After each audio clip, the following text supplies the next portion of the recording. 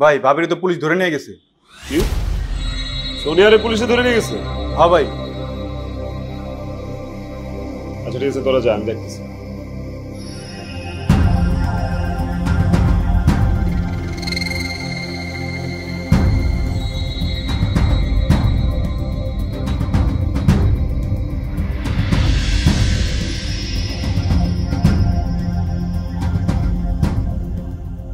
আপনি সত্যি কথা বললে আপনাকে আমরা ছেড়ে দেব। স্যার আমি কসম খায় বলতেছি, আমি সব সত্যি বলবো। তাহলে বলেন, সাব্বির কোথায়? সে তো এখন জেলে, তার খবর আমি কিভাবে জানবো? আমাদের সাথে একদম চালাকি করবেন না। আমরা কিন্তু সব খোঁজ খবর নিয়েই মাঠে নেমেছি। আমরা এও জানতে পারছি আপনি নাকি সাব্বিরের হবু স্ত্রী, আর সেই জন্য আপনার সাথে সাব্বিরের নিয়মিত যোগাযোগ হয়। বিশ্বাস করেন স্যার, আমি সাব্বিরের কোনোদিন চোখেই দেই নাই। যোগাযোগ তো অনেক পরের কথা। এই ধরনের মিথ্যা কথা বলে আমাদের কাছে আপনার কোনো লাভ হবে না। সত্যি বলতেছি স্যার, এলাকার বখাটে পোলাপাইন আমার বিরক্ত করতো, তাই তাদের হাত থেকে বাঁচার জন্য আমি বলছি আমি সাব্বিরের হবু বউ। এরপর থেকে কেউ আর আমার বিরক্ত করতো না। স্যার আমি নিজে বাঁচার জন্য বানায় বানায় মিথ্যা বলছি। আমি সত্যি সাব্বিরে চিনি না। বুঝতে পারছি, এভাবে আপনার মুখ থেকে কথা বের করা যাবে না। তবে কথা কিভাবে বের করতে হয় সেটা কিন্তু আমাদের খুব ভালো করেই জানা আছে। স্যার আমি সত্যি বলতেছি আমি সাব্বিরে চিনি না। আপনি বিশ্বাস করেন, দরকার হয় আপনি ওরে জিজ্ঞেস করেন। থাকলে তো জিজ্ঞাসা করব। শয়তানটা তো 2 সপ্তাহ আগেই জেল থেকে পালিয়েছে। জেল থেকে পালিয়েছে? কিন্তু পালিয়ে যাবে কোথায়? ধরা ওকে পড়তেই হবে। আমার জন্য আজকে একটা অসহায় মেয়ে জেলে। না হয় মেয়েটা মিথ্যা কথাই বলছে, কিন্তু আমার কোনো ক্ষতি তো সে করে নাই। আমার কারণে তার পুরো পরিবারটা পথে বসে যাবে, তার ছোট বোনের পড়ালেখা বন্ধ হয়ে যাবে,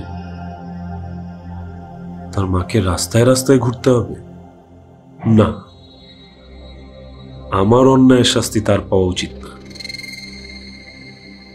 একটা অসহায় মেয়ের এত বড় ক্ষতি আমি করতে পারবো না।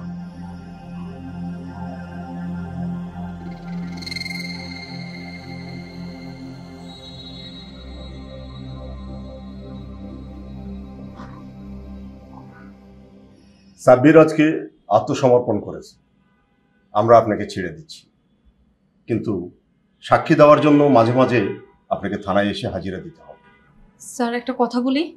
বলেন। আমি কি সাব্বিরের সাথে একটু দেখা করতে পারি?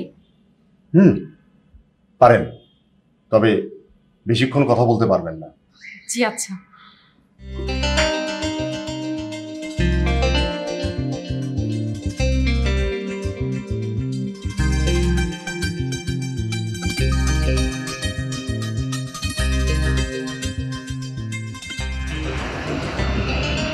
এই যে শুনছেন, আপনি নিজে এসে আত্মসমর্পণ না করলে আজকে আমি অনেক বড় বিপদে পড়ে যেতাম। আপনি আমাকে আর আমার পরিবারকে অনেক বড় বিপদের হাত থেকে বাঁচিয়েছেন। আমি চাইনি আমার কারণে নিরপরাধ কেউ শাস্তি পায়। আমি নিজেও অন্যায় করেছি। বখাটেদের হাত থেকে বাঁচার জন্য নিজেকে আপনার হবু বউ হিসেবে পরিচয় দিয়েছি। আপনি প্লিজ আমাকে মাফ করে দিয়েন। সেটি আপনি আপনার সেফটির জন্য বলেছেন, এতে আমার কোনো ক্ষোভ নেই। আজকে আমার একটা মিথ্যার জন্য আপনাকে এরকম সমস্যার মুখোমুখি হতে হলো। একটা কথা কি জানেন সোনিয়া, মিথ্যা বলা একটা শিল্প। পৃথিবীতে মিথ্যা খুব গুছিয়ে বলতে হয়। সাজানো মিথ্যা কথা অনেক সময় সত্যের মতো মনে হয়। মিথ্যা গল্প সবাই বলতে পারে, গল্পবিদ্যা খুব ভয়ঙ্কর জিনিস।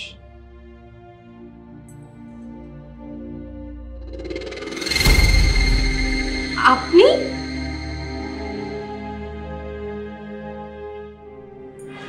হ্যাঁ, আমি সাব্বির।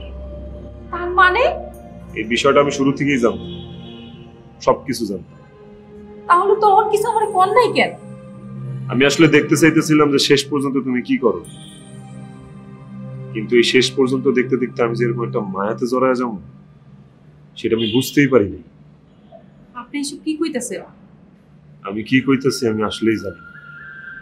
আমি শুধু জানি আমি কোনোদিন চাইনি আমার কারণে আপনার কোনো ক্ষতি। এখন এটার মায়া কইবেন না ভালোবাসা কইবেন আপনি জানেন।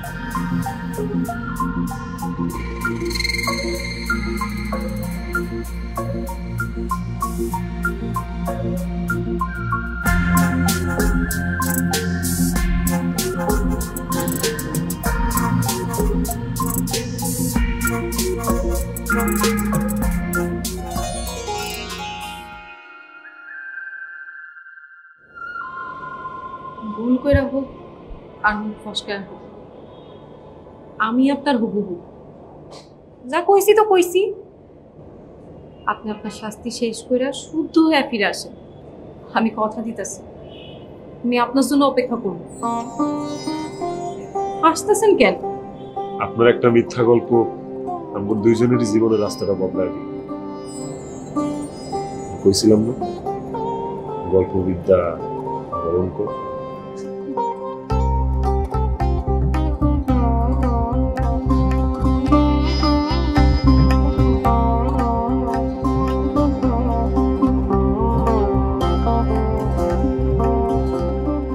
মাঝির লাগিয়াছি জাগি সকল রাত্রি বেলা, ঢেউগুলো যে আমায় নিয়ে করে কেবল খেলা।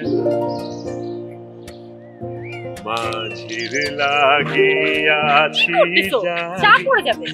বলে পড়ুক, আমার কি। আজকে আমাদের বিয়ের 1 বছর পূর্ণ হলো, তাই ভাবলাম তোমাকে স্পেশাল চা বানিয়ে খাওয়াই, কিন্তু তুমি চাও পড়ে যাক। বছরে একবার চা বানিয়ে আপনার এত ভাব, বাহ।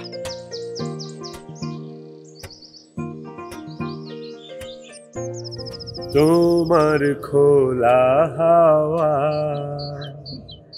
লাগিয়ে পালে, তোমার খোলা হাওয়া। বাহ, সাব্বির মাস্তান তো বেশ রোমান্টিক। কি বললো তুমি?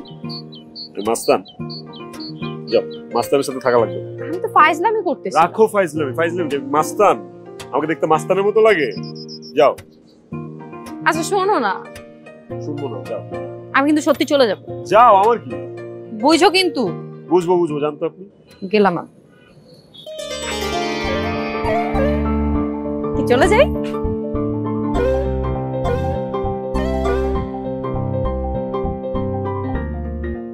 টুকরো করে কাছি আমি ডুবতে রাজি আছি, আমি ডুবতে রাজি আছি তোমার খোলা হাওয়া লাগিয়ে পালে, তোমার খোলা হাওয়া।